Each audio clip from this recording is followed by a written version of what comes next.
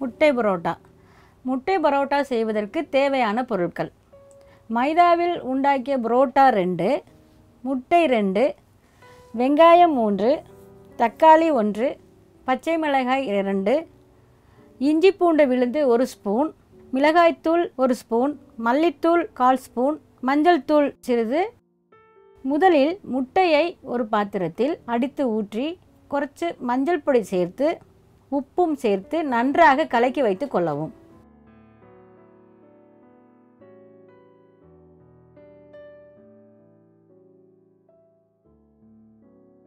பின்பு வேறொரு பாத்திரத்தில் புரோட்டாவை சிறிய சிறிய துண்டுகளாக ஆக்கி வைத்து கொள்ளவும். அடுப்பில் ஒரு வாணலியை வைத்து 2 ஸ்பூன் எண்ணெய் ஊற்றி பச்சை மிளகாயை இட்டு வதக்கவும்.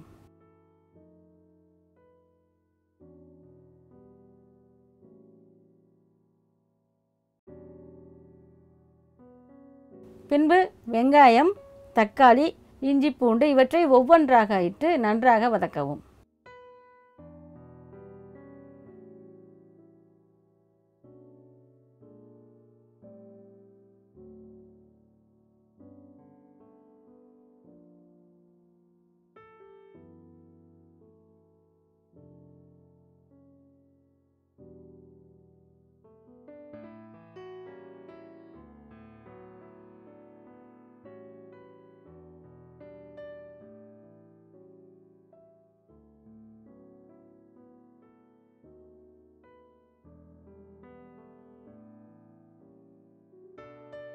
இது நன்றாக வதங்கியவுடன் பொன்னிறமான ஆனவுடன் சிறிய துண்டுகளாக வைத்திருக்கும் புரோட்டாவை இதில் சேர்க்கவும்.